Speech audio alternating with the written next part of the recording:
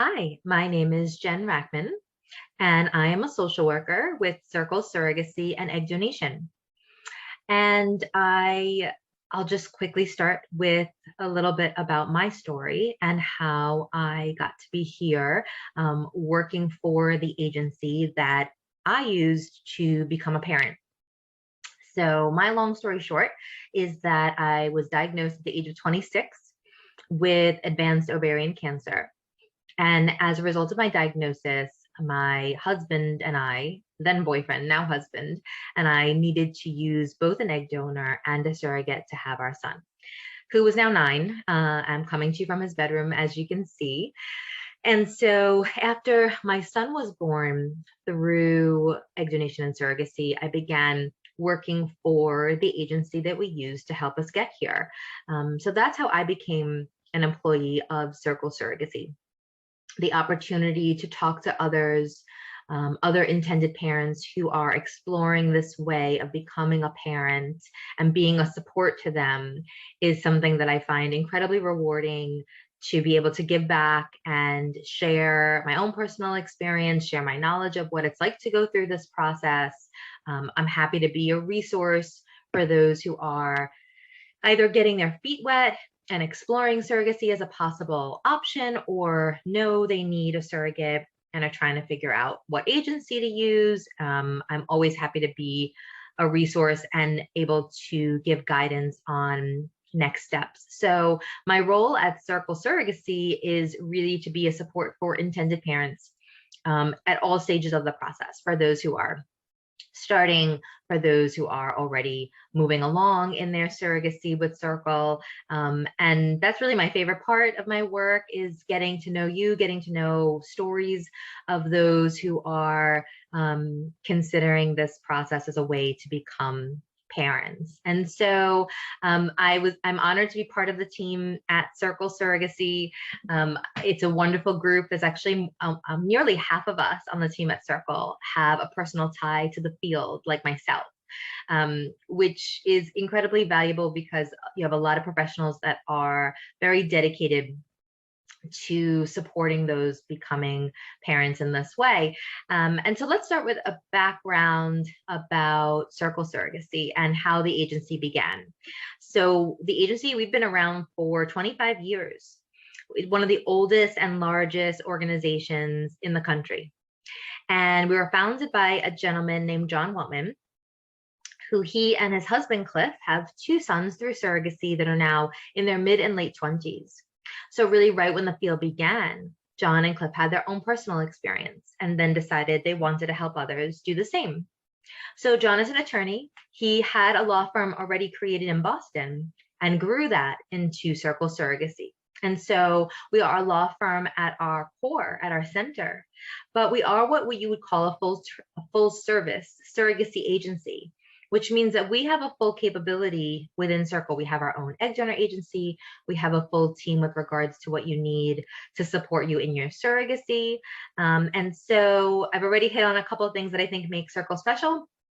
Having a founder who's a parent through surrogacy, themselves been around for 25 years. We've had nearly 2,500 babies born in our program. So a tremendous amount of experience behind us in these 25 years. And having a team where it's about 45% of us have a personal tie to the field, whether it's former parents like myself, former egg donors, former surrogates, parents through IVF and adoption. You could tell that there's a great deal of our team who is really passionate about family building in different ways and here to support you throughout your surrogacy. So, that's a little bit of background about Circle Surrogacy and egg donation. So when you're gathering here to gather this information about a process that you might not know a lot about, and I think when exploring surrogacy, one of the first questions that you should ask yourself is, how do you feel emotionally? Do you feel ready to take this on? How are you doing? People often turn to surrogacy when they've been through many steps already, whether it's due to infertility, repeated miscarriages, failed IVF, the medical conditions, psychological conditions. There's so many variables that can create the transition to something like surrogacy. And so I think it's taking a look inward at yourself, looking at your support network. If you have a partner or a spouse, making sure that you are on the same page about this plan, and taking a look around you at the kind of like taking a personal inventory. How are you doing? How is your relationship doing? How is your support network doing? And, do you feel ready to embark on a process like this? Because after you've been through a series of steps already, it might be challenging to transition then into a whole different process and a whole different avenue. So I think it's a good first step to just kind of take a personal inventory of where you are, and do you feel emotionally ready to move forward with a process like this? If you feel that you are, and you feel ready to take the next step into this process, I think it's about asking, what providers do you need to get you there? When you're looking at the field of surrogacy, you basically need two entities to support you in your process. You need an IVF doctor who is going to create embryos if you haven't already, and implant those embryos into your surrogate. And then you need potentially an agency. And so deciding about whether you need an agency or not, I think is a question I hear quite a bit. What is the benefit of an agency? Can I do this process myself? What if I find my own surrogate? Do I need the support of an agency to do this? And the answer to that is you can absolutely do this independently. You don't need an agency. The agency is there to make things easier, to be your guide, to provide a level of support for you and your surrogate throughout.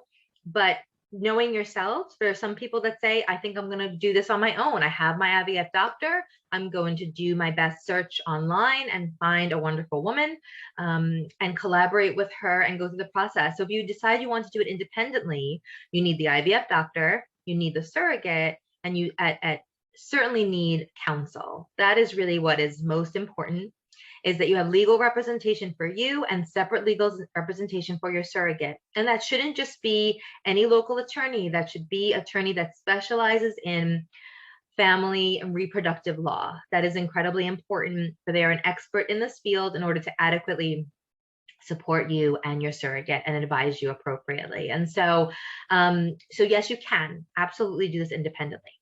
Now, if you decide you would like to pursue an agency, the benefit of the agency depends on what type of services they provide, which varies. The field is a large, when you start Googling surrogacy or surrogacy agencies, you'll see a lot of variations out there. Larger groups, smaller groups, groups that are run by attorneys, groups that are run by surrogates. There's a lot of differences out there, and I do think it's about finding the right fit for you. So I think the first question when you're looking at agencies is, do I want a full service agency or a more a la carte kind of smaller agency? Full service agencies are usually larger, full staff, meaning that they have larger team capabilities. For example, at Circle, we have our own legal team, social workers, program coordinators, accountants, medical billing specialists, everyone that will help you get from start to finish. So it depends on the full service model. They should have many of those services provided in-house. A more a la carte agency, a smaller group, might not have all those professionals in-house, and they might contract out to different providers. And so you have to decide what your comfort is there. Some people like the smaller kind of mom and pop shop type agencies because they feel better attended to, or there's more personal attention, or it feels more intimate. Some like the larger organization because it can provide more security, more support services, a more robust team to be able to help them navigate this entire process. So it depends on what your comfort is. Again, back to what I said before, it is a personal decision. So when you're looking at different agency types, I do advise that the best way to get to know them is by doing a few interviews. Googling and research online is fantastic. You can tell a lot about an agency's culture based on their website, that's for sure. But I do believe it's not until you actually reach out and talk to them that you're able to really gather that feeling of what type of organization is this. And so at Circle, we offer free consultations. Some organizations will charge you to meet with them. We're happy to get on the phone, sit down with you. Our consultations are long, they're about 2 hours in length, and you'd spend part of the time with a social worker like me, part of the time with one of our attorneys, and really get into a detailed overview of what this process looks like. You don't have to dive into a consultation if you're not ready. We're always happy to just set on a call and answer any curiosities and questions that you might have. So there's no commitment. That's the purpose of this information gathering, is to interview a few agencies so that you can decide what is the right fit for you. My husband and I, we met with 3 different agencies, and it was really the only way we knew for sure that Circle felt like the right fit for us, by sitting down with them and getting to know them, understanding their values, understanding the services they provide, was really the only way we were able to do that comparison to know what felt right. So I do encourage you to interview at least 2 agencies when you're exploring who you'd like your providers to be. So as I said, if you decide you need an agency and you're not going to do this independently, the 2 main parties that you need is the agency and the IVF clinic. Now, if you don't have an IVF clinic, an agency will often be able to refer you to one. If you have an IVF clinic established, agencies are happy to collaborate with whomever your doctor is. So you don't have to go start a whole new fresh relationship. If you have you'll probably hear my dog barking in the background, so I'll apologize ahead of time. You might hear him a little bit. I can't control that. So deciding, meeting with the agencies to know what is the right fit for you is really the best way for you to know who you want to work with, right? So you meet with the agency, you can do a consultation and then say, yes, this feels like the right fit for us. And then you're up and running, right? You're establishing who your provider is, and then you're starting your surrogacy process. So when you are looking at agencies, what I would say is not only do they vary in services provided, they might vary in timeline, they might vary in how they screen their surrogates, when they screen their surrogates, what is the support staff that's provided to your specific case. So I think these are all questions that you should ask when you're interviewing different agencies. At Circle, if you were to move forward, you have a team of 4 people that are specifically working on your case. So when I said earlier about a smaller agency being able to provide you with some intimacy, I do believe that Circle, even though we are a larger group, we still can provide that level of intimate engagement, because you really do have main points of contact that are with you from start to finish, right? From the beginning to end. So you'll have a coordination team, a coordinator and a manager. And these 2 people are with you from beginning to end, and they're going to tie together the work with your clinic, the work with your surrogate, take you all through the steps of the entire process. You'll have an attorney that represents you in this matter. You'll have an accountant that manages your escrow account. So those are your 4 main points of contact. We also have social workers like myself that can provide support for intended parents as you need going throughout your process. At Circle, I know we really do encourage intended parents to connect with our community. We offer a lot of virtual groups for those who might want to connect with others going through the process. So that's always available to you as well. So just an example of what would a team look like should you work with an agency like Circle. And so the entire process from start to finish, I get this question all the time. What is your timeline? The timeline varies depending on when you start. Right now, the timeline has been extended as a result of the global pandemic that we're in. During this course of time, we've seen fewer surrogates apply to be carriers. So it's reduced the amount of carriers approved. At Circle, we have a very low acceptance rate, usually around 2% of the surrogates who apply get accepted. So because of that low acceptance rate and because of having fewer surrogates applying, in addition to having more intended parents wanting to start, the matching right now is at about 12 months from the time that you start. Across the field, what we're seeing is about a 10 to 14-month timeline. So we're kind of right in the middle of that. And I know for some who are starting their surrogacy and are like, oh my gosh, I can't believe it's going to take me that long. I would tell you to plan for about 2 years, maybe a little more, till your baby is born. So obviously the latter 9 months is the 9 months of pregnancy. But let's talk about first what happens in those first phases. So while you're awaiting your surrogate match, you're doing a few big things. You're picking your doctor if you haven't done so already. You might be creating embryos on your own. You might be banking more embryos. Maybe you don't have so many and you say, well, I have time, let me try to bank some more. Maybe you need to pick an egg donor as part of your process and go through the embryo creation that way. So let's talk a little bit about egg donation. We do have our own egg donation agency at Circle.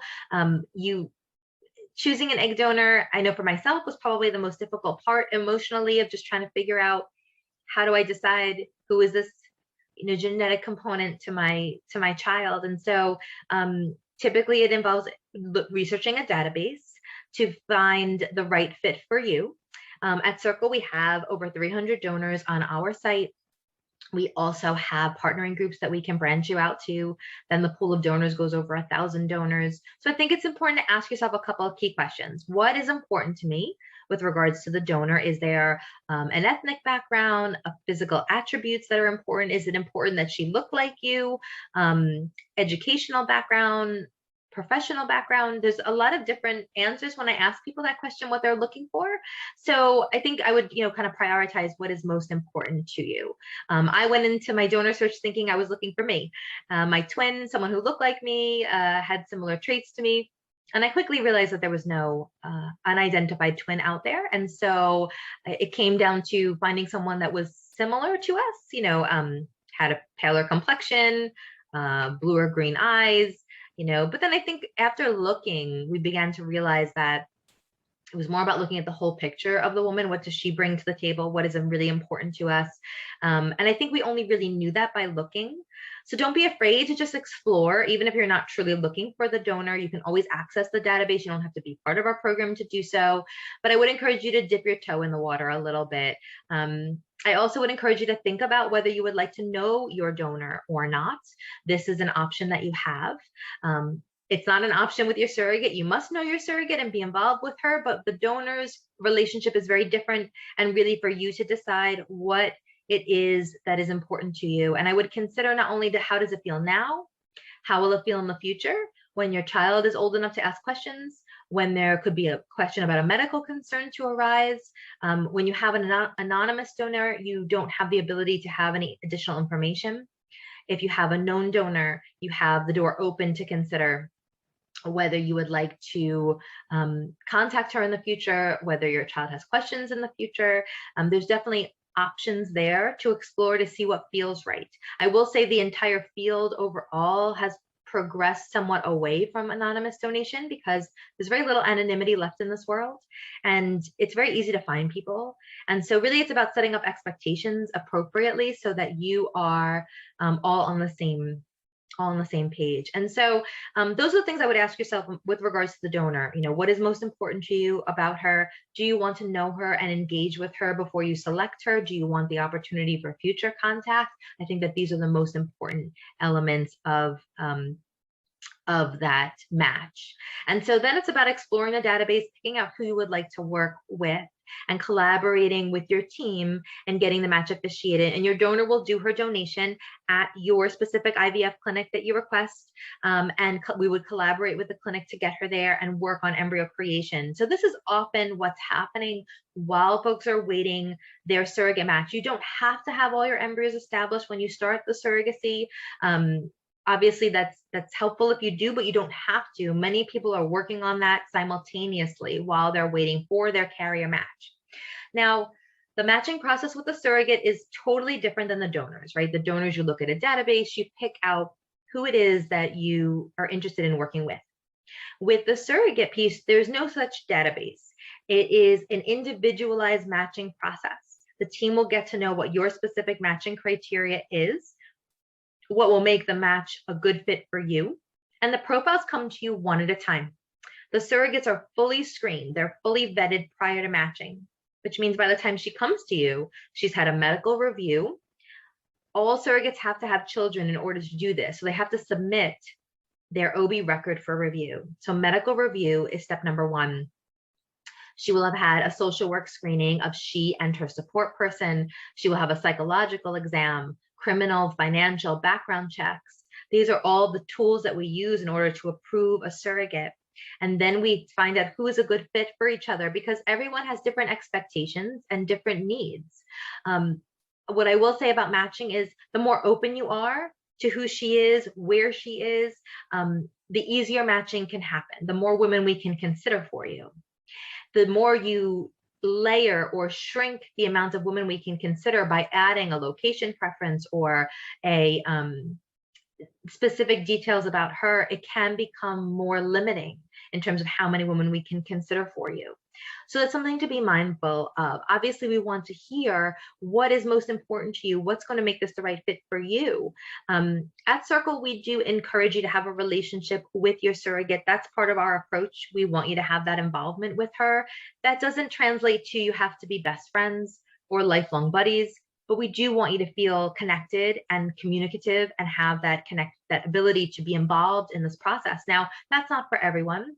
Some people hear that and they kind of go, I don't know that I want to be that connected with her, and view this as more of a transaction. That's okay. There's no judgment there.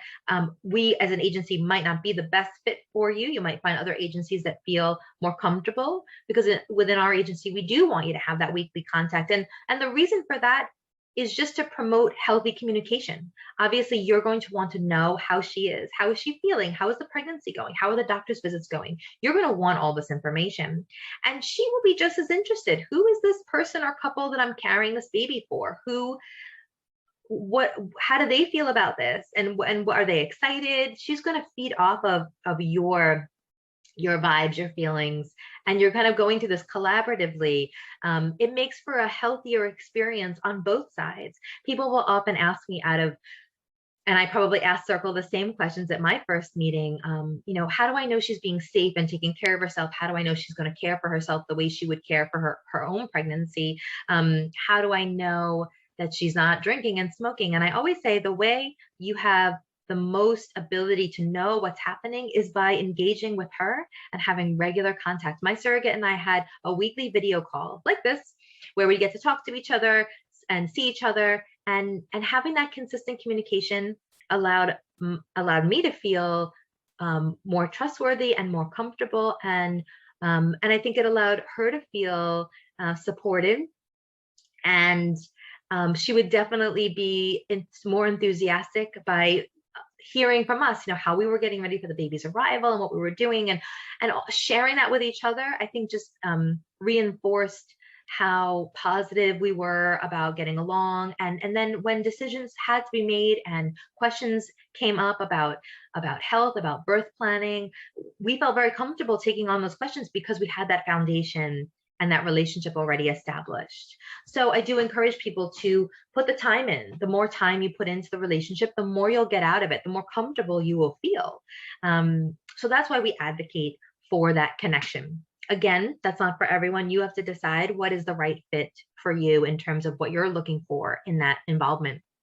Now, what the relationship looks like after birth is really for you to determine, but this is something that we want you to explore to make sure that the match is the right fit for you. So we do talk to you about that early on to kind of make sure we know what your expectations are. So all the things that we just mentioned, the screening steps that she goes through, considering how you feel about the relationship, are all part of the match to make sure it is the right fit for you. So the profiles come one at a time. You're presented the best fit and you're asked to decide if you want to move forward. And we'll show you as many profiles until you feel comfortable, but they do come one at a time because it's a process to talk about the first one, see how it feels. If it doesn't feel right, then you move on. We do have a very high matching rate on the first profile. It's about 70%. It goes all the way up to about 95% on the second profile. So very few people consider a third because all this work goes into the match, right? So that's how the matching process works with a surrogate. Once you're matched, then it's about working to getting her pregnant. So in order for her to do that, you will need a legal contract and a medical assessment by your IVF physician. So even though the medical review would have taken place before the match, your doctor would have given her the thumbs up based on her record. Now they need to see her in person. So contracts and screening take place, and then she'll start her IVF cycle. You'll know when the IVF cycle takes place. You'll be involved, have the opportunity to go to doctor's appointments if that's important to you. And so your surrogate will go to your IVF clinic twice for the screening and then the implantation. And then the rest of her care is provided locally to her where she lives. And so once pregnancy is established, then it's about just kind of going through the motions of checking in, having regular doctor's visits. She'll always sign a release of information so that you can talk to her doctor. We want you, again, to have that involvement, that weekly contact, that communication around doctor's visits. We'd love for you to go visit her if you feel comfortable. As the pregnancy progresses, it transitions to becoming about birth planning. You have absolute say in creating a birth plan with her. What are your expectations for the birth? Do you want to be in the room when she delivers? If she goes early and you're not there, does the baby stay with her, stay in the nursery? We talk about all these scenarios ahead of time to make sure you've thought about them, to make sure you and your surrogate are on the same page. We prep the hospital so they'll know that you are the legal guardians. They will know that she is your carrier. You will not have to get there and explain that to everyone. That's all part of the work that we do at Circle. And so then we start working on applying for parentage so that when your baby's born, you are identified as their legal guardian. So the hospital will know that you are the parents and she's your carrier, and you'll be making all the medical decisions on their behalf. So we prep the hospital, help you prepare for the birth, help you prepare for your travel and getting to her so that you can be there when your little one enters the world. I know people have a lot of anxiety. I certainly did, about traveling with a newborn. I know especially during the pandemic, everything around travel is that much more anxiety provoking. I will say that in this very intense year and a half, I'm grateful to say that we've had no difficulty with our parents getting to their surrogates, getting home with their little ones, being able to be there for the birth, that they are able to be there on time. Some people will go ahead of time and wait for the birth to occur. Some people will just run when she's in labor. I know that's hard to say when you don't know where she lives or what that will look like, but it's different for everyone. Most of my intended parents do get there one way or the other for birth. And so, but I know it's anxiety provoking about making the plans and just knowing that your little one's going to come into the world when they're ready to come. So my son decided he wanted to make his arrival 3 weeks early. And even though we were lucky enough to get a heads up from our carrier that she needed to be induced and we were able to be there, it still happened a lot sooner and a lot faster than we anticipated. And so there was a bit of a hustle at the end. We joke with my son all the time that he took away our baby moon, our vacation, because we intended to go out west a little sooner before his arrival, and never got to have that ease into parenthood. We just kind of like off and running. And I actually thought it was the best transition and best lesson, because as soon as your little one comes into the world, you are completely on their schedule. So it was good preparation, but we were able to be there. We were able to be in the delivery room. You're able to hold the baby first and foremost, and the baby is then placed in your arms. They're yours. They're legally yours. I know people come into surrogacy with all sorts of fears about, can she keep my baby? Will she want my baby?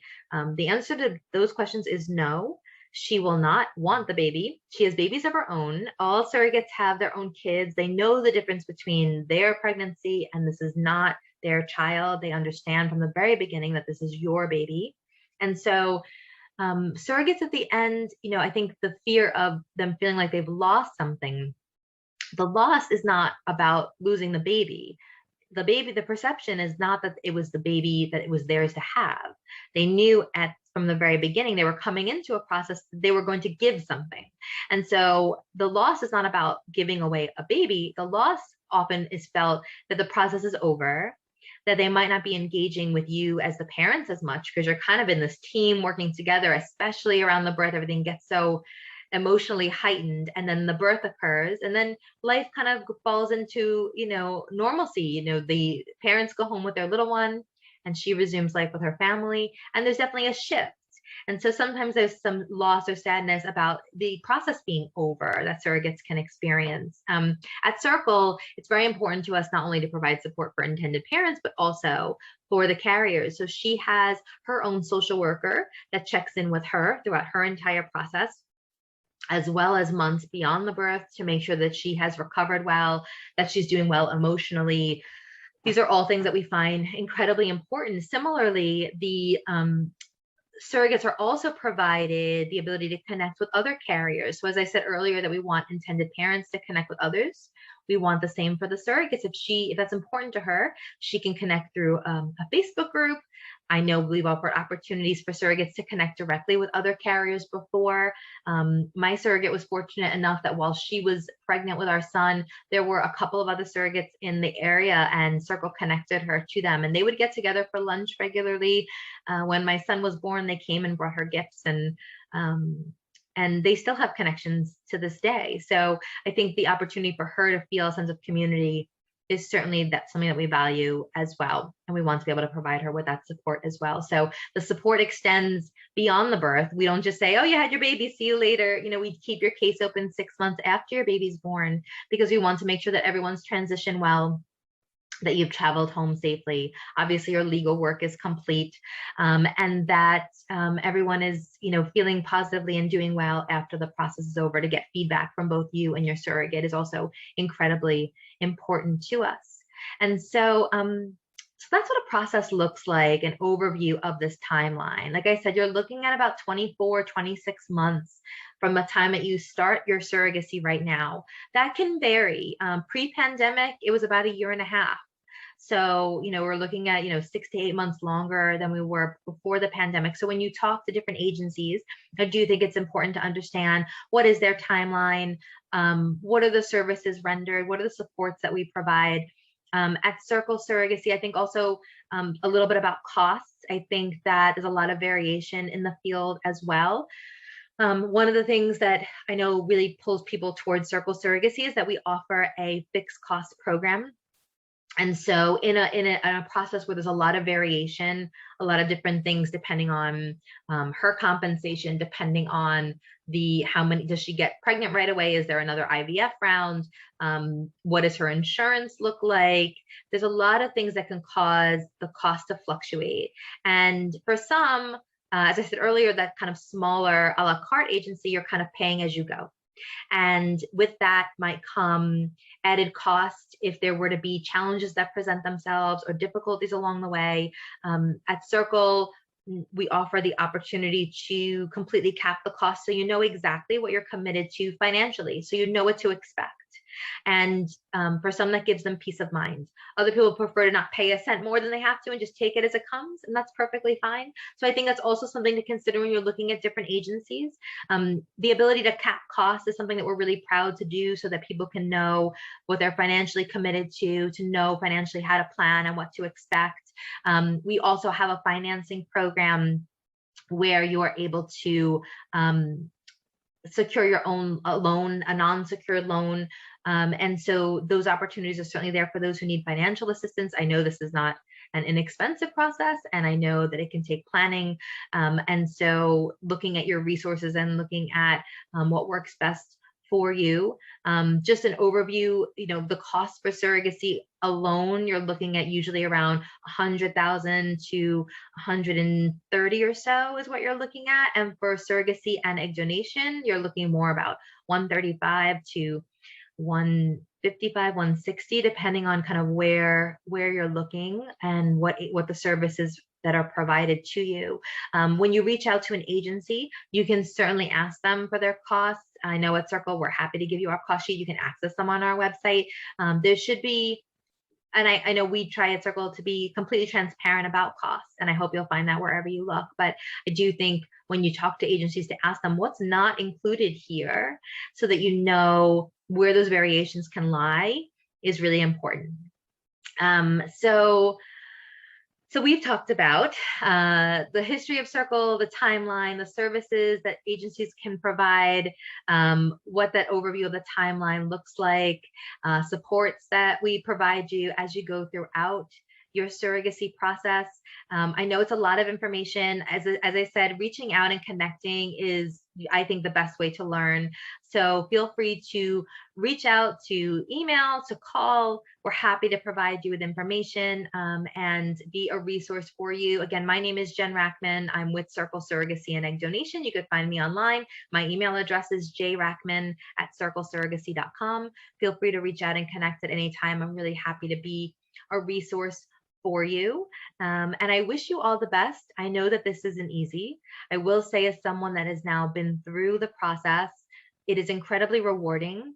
If you feel in your heart that this is the best way for you to become parents, then you will, and you'll get there. Even though I always say it's a bit of a marathon, it's not quite a sprint. This is going to take time, but the rewards and the outcomes are amazing. And I don't look at my son on a day-to-day basis, and all these things that I'm talking to you about are not in my day-to-day awareness. And he's an amazing person. And I think that after all the loss and struggles that we had, by going through a process like this brought him to us, then this was the way we were meant to become a family. And I know that's a perspective that's easy for me to have now. It took me some time to get there, but if your point of view is that you want to become parents, this is an amazing way to do so. So again, I wish you all the best in your research, in your understanding, in your path that you choose moving forward. And again, reach out if there's anything that we can do to support you. Take care. Bye.